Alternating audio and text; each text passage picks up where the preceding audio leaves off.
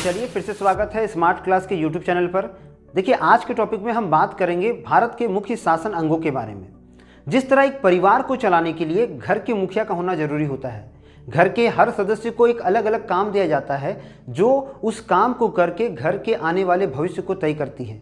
जिस तरह बच्चों का काम है अच्छी पढ़ाई करके अपने घर के आर्थिक स्थिति को अच्छा बनाना, अपने आने वाली पीढ़ी को नई जीवन देना, उसी तरह उस घर के मुखिया का काम होता है कि वो अपने घर को इस प्रकार से तैयार करे, इस विधि व्यवस्था से ले जाए जिससे उसका घर जो है वो कभी भी किसी भी प्रकार के संकट में ना पड़े। उसी तरह जब भारत आज़ाद हुआ तो भारत को संविधान के तहत 4 मुख्य स्तंभों पर खड़ा किया गया। ये 4 मुख्य स्तंभ थे विधायिका, कार्यपालिका, न्यायपालिका और हमारी मीडिया। ये वो 4 अंग थे जिसके द्वारा भारत का पूरा विधान तय हुआ। यह वो 4 स्तंभ थे जिन्होंने यह तय किया कि भारत में किस तरह की सरकार चलेगी, किस तरह का यहाँ शासन व्यवस्था होगा और किस तरह से भारत जो है वो एक लोकतंत्र देश बनेगा। यदि हम एक मैप के द्वारा देखें तो ये जो भारत है वो एक ऐसा देश है जहाँ पर आपको हर राज्य में अलग बोली, अलग वर्ग, अलग समुदाय और अलग खान पान वाले लोग मिलेंगे। यदि गौर करें तो हमारा भारत एक ऐसा भारत है जहां पर आपको हर जगह पर अलग अलग प्रकार के समुदाय मिलते हैं। भारत को अखंड भारत बनाने का जो सपना सरदार वल्लभ भाई पटेल ने देखा था, उनका मुख्य केंद्र बिंदु था ये 4 स्तंभ, जिसे आज हम संविधान के साथ मिलकर आगे बढ़ा रहे हैं। तो यदि हम देखें हमारे भारतवर्ष को, तो हमारे भारतवर्ष में सबसे पहला जो अंग है वो है विधायिका का। विधायिका एक ऐसा अंग जिसका काम होता है कानून बनाना, जिसका काम होता है बिल बनाना। आपने बहुत सुना होगा कि पार्लियामेंट में आज ये बिल पास हुआ, जैसे कि किसान बिल था, फिर उसके बाद ऐसे कई सारे बिल थे जिसमें 3 तलाक का बिल था और कई सारे ऐसे बिल पास होते रहते हैं जो भारत के आने वाले भविष्य को तय करते हैं।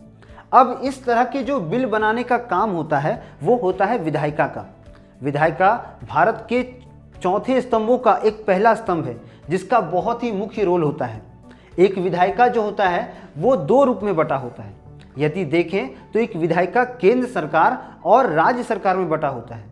केंद्र अर्थात जो सरकार पूरे रूप से भारत पे शासन कर सकता है, जैसे हमारे प्रधानमंत्री, उसके अंतर्गत जितने भी मंत्री हैं वो सभी केंद्र सरकार के अधीन आते हैं। उसी तरह हमारे राज्य मंत्री या राज्य सरकार जो है वो राज्य के अंतर्गत काम करते हैं। जिस तरह हमारा झारखंड जो है ये एक राज्य है और इस राज्य पे हमारे मुख्यमंत्री जो हैं अपने मंत्री परिषद के द्वारा शासन करते हैं। लेकिन केंद्र सरकार और राज्य सरकार में सबसे ताकतवर केंद्र सरकार को माना जाता है, क्योंकि केंद्र सरकार किसी भी तरह के कानून को पास करने में राज्य सरकार की भूमिका को उतना ज़्यादा तवज्जो नहीं देते हैं। लेकिन यदि राज्य सरकार कोई भी तरह का कानून पास करती है तो उस पर केंद्र सरकार हस्तक्षेप कर सकता है। देखिए यदि देखा जाए तो विधायिका में जो केंद्र सरकार और राज्य सरकार हैं इनके भी कुछ पार्ट होते हैं, जिसमें केंद्र सरकार के अंतर्गत संसद आता है, यानी कि हमारा पार्लियामेंट हाउस आता है, और राज्य सरकार के अंतर्गत विधानमंडल आता है। यदि हम केंद्र सरकार की ओर जाएं तो संसद में 2 तरह के संसद के रूप हैं, जिसमें एक लोकसभा और दूसरा राज्यसभा है। देखिए लोकसभा और राज्यसभा जो है ये पूरे देश से चुने गए मेंबर ऑफ पार्लियामेंट का एक गढ़ होता है, जहां पर बड़े बड़े सांसद आते हैं। जिस तरह से हमारे क्षेत्र के सांसद है निशिकांत दुबे, उसी तरह से कई क्षेत्रों से ऐसे सांसद होते हैं जो चुन करके सीधे संसद पहुंचते हैं, जो दिल्ली में है पार्लियामेंट हाउस में, और वहां से वो केंद्र सरकार के साथ जुड़ करके कार्य करते हैं। उसी तरह से यदि हम राज्य सरकार में आए तो राज्य सरकार में जो राज्य की राजधानी होती है वहां पर विधानमंडल होता है, और विधानमंडल में विधानसभा और विधान परिषद होता है। देखिए हर भारत के जितने भी राज्य हैं जरूरी नहीं है कि उसमें विधान परिषद हो। जैसे भारत में हमारे 28 राज्य हैं तो 28 राज्यों में विधानसभा का होना बहुत ज़रूरी है, और जो ये विधान परिषद है ये उन्हीं क्षेत्रों में रहते हैं जहाँ पर केंद्र शासित राज्य के अंतर्गत जो भी राज्य आते हैं जो केंद्र शासित हैं वहाँ पर विधान परिषद होता है।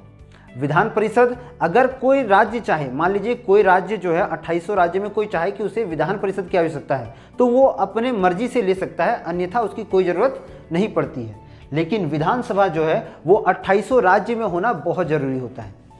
देखिए यहाँ पर एक टॉपिक ये आता है कि यदि मान लीजिए कि कभी राज्य सरकार और केंद्र सरकार किसी कानून को मिल के बनाती है तो इसे क्या कहते हैं? इसे समवर्ती सूची कहते हैं। एक राज्य सूची होती है, एक केंद्र सूची होता है और एक समवर्ती सूची होता है। जो केंद्र के द्वारा बनाया हुआ कानून होता है उसे केंद्र सूची या केंद्र कानून के आधार पर हम कह सकते हैं। जो राज्य के द्वारा बनाया गया कानून होता है वो राज्य सूची के अंतर्गत आता है। लेकिन जब दोनों क्षेत्र मिलके या दोनों वर्ग मिलके किसी कानून को बनाते हैं जिसमें दोनों का हस्तक्षेप होता है उसे समवर्ती सूची कहा जाता है। और ऐसे देखा जाए तो केंद्र सरकार जो है वो ज़्यादा पावरफुल होती है राज्य सरकार से। अब देखिए राज्य सरकार इसलिए ज़्यादा पावरफुल नहीं है क्योंकि उसका जो भी कानून बनेगा, जो भी बिल वो पास करेंगे वो बस उसी राज्य में सीमित रहेगा। मान लीजिए झारखंड में यदि सभी बच्चों को फ्री में लैपटॉप मिल रहा है तो सिर्फ वो झारखंड के बच्चों को मिलेगा, ना कि कोई बिहार या बंगाल का बच्चा आकर के ले जाएगा। तो इस तरह से राज्य सरकार का जो भी कानून बनेगा वो राज्य के अधीन होगा, लेकिन केंद्र सरकार का जो भी कानून बनेगा वो पूरे भारत तक सीमित रहेगा, मतलब पूरे भारत में उसका कानून माना जाएगा।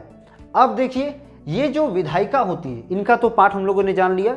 दूसरा जो स्तंभ है वो है कार्यपालिका। देखिए कार्यपालिका से ही पता चलता होगा कि जो कार्य करता है।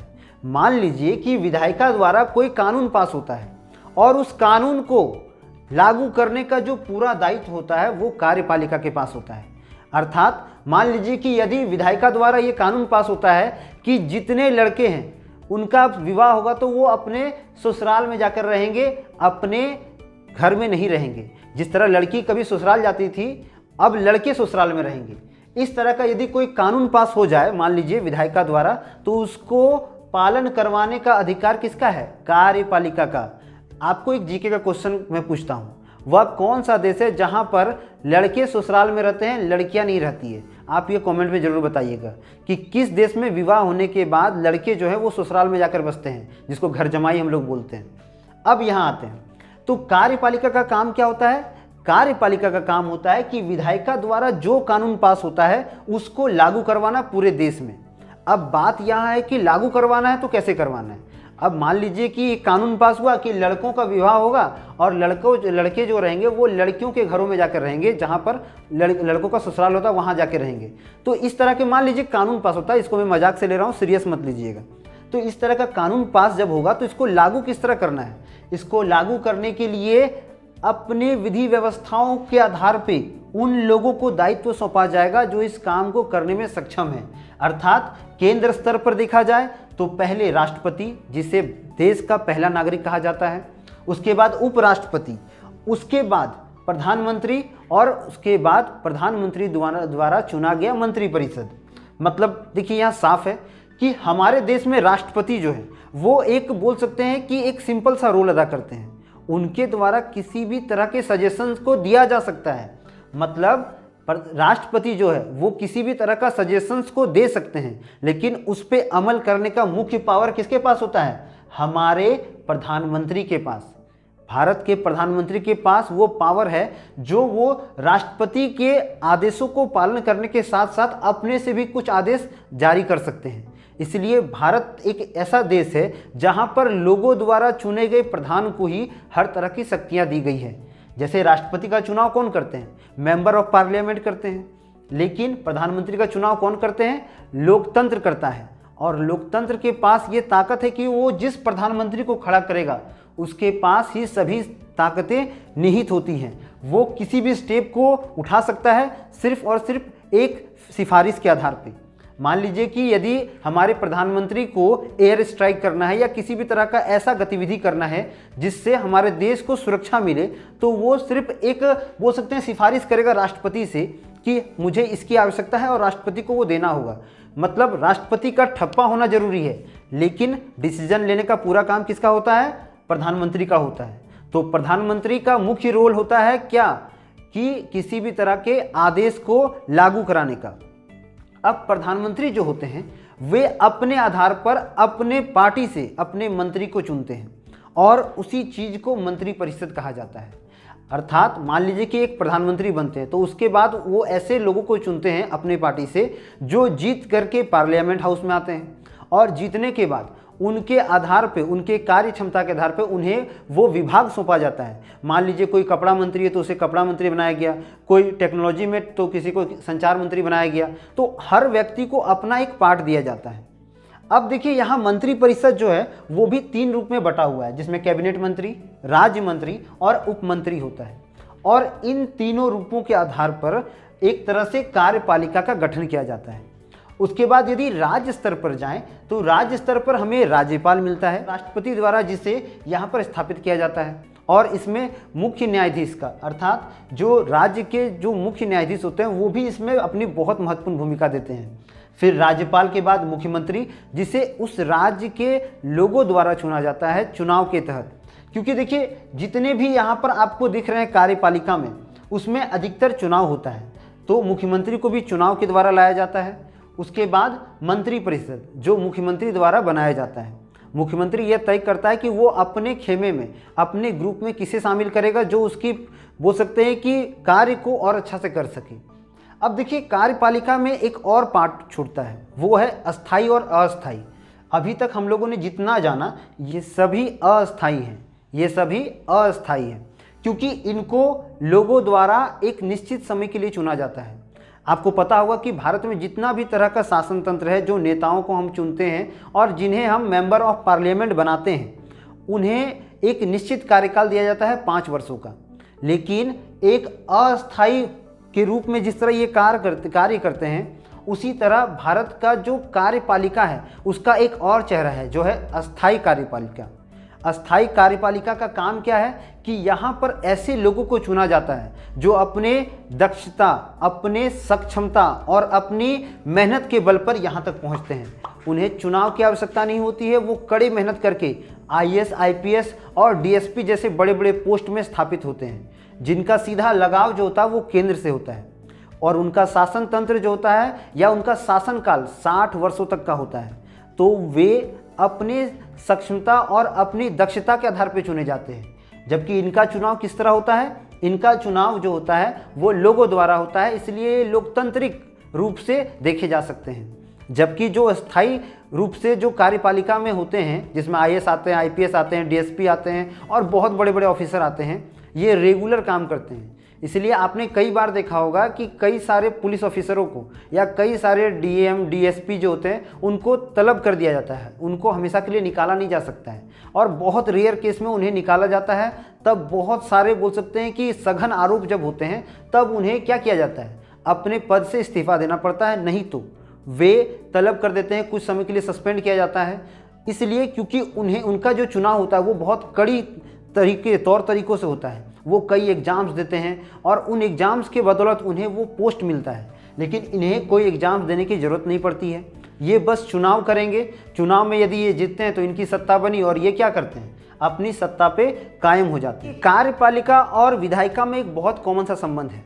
ये संबंध ऐसा है कि यदि सोच लीजिए कि कोई सरकार बनती है, मान लीजिए 2 पार्टी हैं अभी, कांग्रेस BJP, और दोनों में से किसी एक की सरकार बनती है, तो इसमें यह जो पावर है कार्यपालिका का वो ज़्यादातर उसी पार्टी को मिलेगा जो जिसकी सरकार जो है अभी तक हमारे देश में चल रही है। जैसे वर्तमान समय में BJP की सरकार चल रही है, तो BJP का जो शासन तंत्र होगा वो कार्यपालिका में भी काम करेगा और वो विधायिका में भी काम करेगा।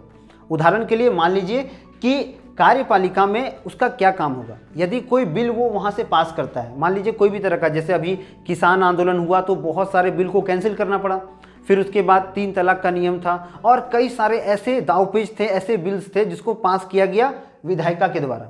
तो विधायिका में जब लोकसभा में देखा गया तो यहाँ पर कौन बैठे थे, यहाँ पर हमारे प्रधानमंत्री बैठे थे, जो यहाँ पर भी बैठ रहे हैं और वहाँ पर भी बैठ रहे हैं। तो उनके द्वारा जो बिल लाया गया, उस बिल को विधायिका के द्वारा लाया गया, लेकिन उसको पास करने के लिए उनको कार्यपालिका के अंतर्गत आना पड़ा। मतलब जो सरकार वर्तमान में सत्ता में रहती है वही जो है वो कार्यपालिका और विधायिका दोनों में रहती है। लेकिन एक बात ये भी है कि विधायिका जो है वो सबसे पावरफुल होता है कार्यपालिका से भी, क्योंकि मान लीजिए जिस तरह भी मैंने बताया कि जो किसान आंदोलन था उसको कैंसिल कर दिया गया। उसका जो बोल सकते हैं जो लोगों का विरोध था वो बहुत ज़्यादा हो रहा था और लोग लगातार नाखुश थे। तो जिस तरह उसको विरोध किया गया, तो यहाँ पर भी क्या हुआ, यहाँ पर भी राज्यसभा और लोकसभा में उसके विरुद्ध आवाज़ उठी और अंततः उसको क्या किया गया, हटा दिया गया। अब विधायिका का पावर क्या होता है कि यहाँ पर विरोधी दल और सत्ताधारी दल दोनों रहते हैं। मतलब यहाँ पर वो दल भी रहेगा जिसका सत्ता चल रहा है और वो दल भी रहेगा जिसकी सत्ता नहीं चल रही है। जैसे अभी बीजेपी की सरकार है तो बीजेपी की सरकार की भी सत्ता रहेगी और कांग्रेस की सत्ता नहीं चल रही लेकिन उसका भी रहेगा, यानी एक और पक्ष और दूसरा और विपक्ष। लेकिन कार्यपालिका में ऐसा नहीं होता है। कार्यपालिका में वही पक्ष रहेगा जिसकी सत्ता चल रही है, यहाँ विपक्ष का कोई भी रोल नहीं होता है। इसलिए प्रधानमंत्री अपने मंत्रिपरिषद के साथ पूरे देश की व्यवस्था को संभालते हैं। उसी तरह राज्य स्तर पे भी इसी तरह होता है।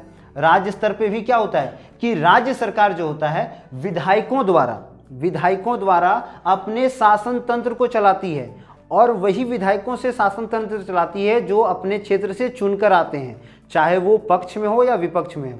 लेकिन विधानमंडल में पक्ष और विपक्ष दोनों बैठते हैं, इसलिए राज्य स्तर पे भी क्या होता है उसी तरह नियम फॉलो किया जाता है।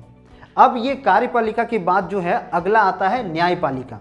देखिए, न्यायपालिका का मुख्य काम होता है कि कार्यपालिका द्वारा यदि किसी काम को किया जा रहा है और उसमें कोई उसका बेड़ा गर्क कर रहा है या उसमें कोई टांग अड़ा रहा है, कोई उस कानून को तोड़ने का प्रयास कर रहा है, तो ये क्या करता है, उसे हंटर मार के सही काम करवाने का प्रयास करवाता है।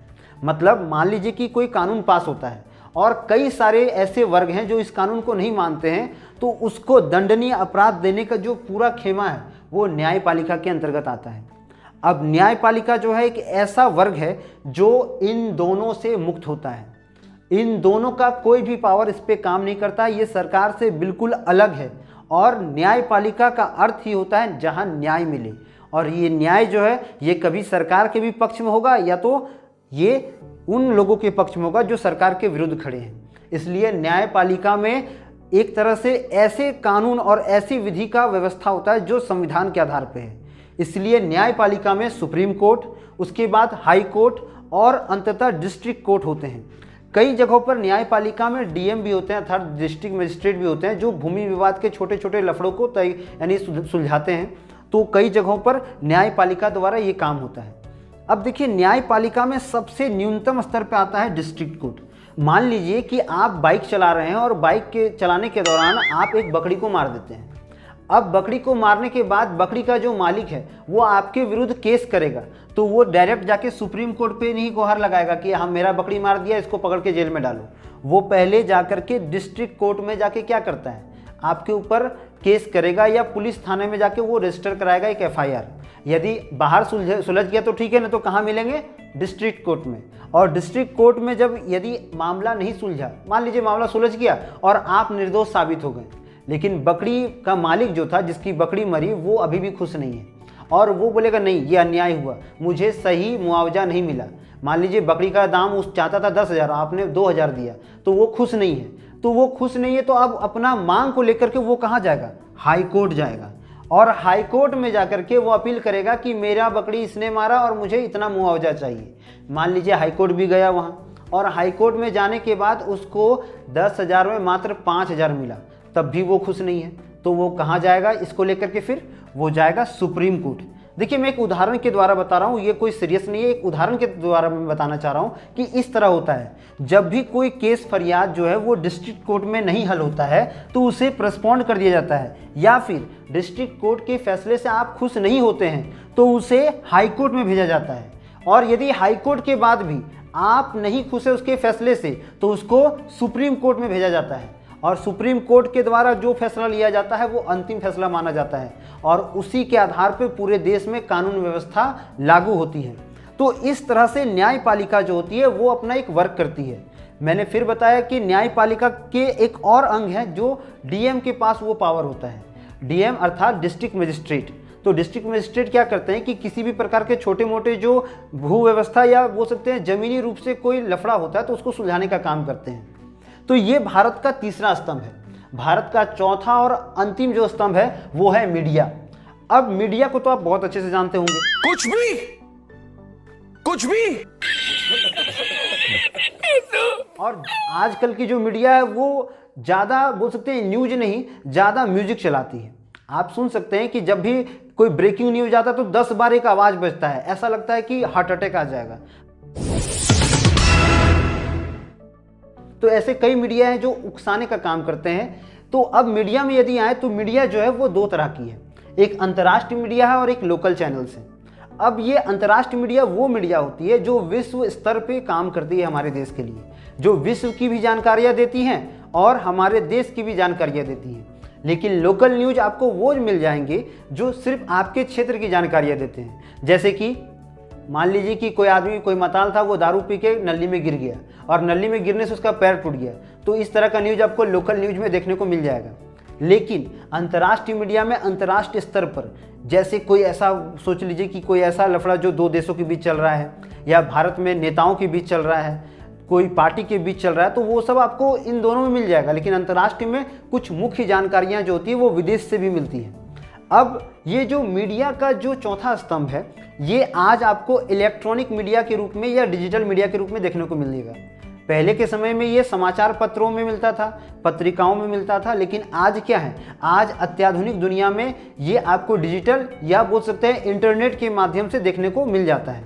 तो इस तरह से मीडिया का काम क्या होता है कि मीडिया इस चीज़ पे नज़र रखती है कि किस तरह विधायिका द्वारा किया गया काम हुआ है, किस तरह कार्यपालिका ने काम किया है, और ये उन सभी चीज़ों का जो बोल सकते हैं कि पूरा न्यूज़ जो होता है वो लोगों तक पहुंचाती है।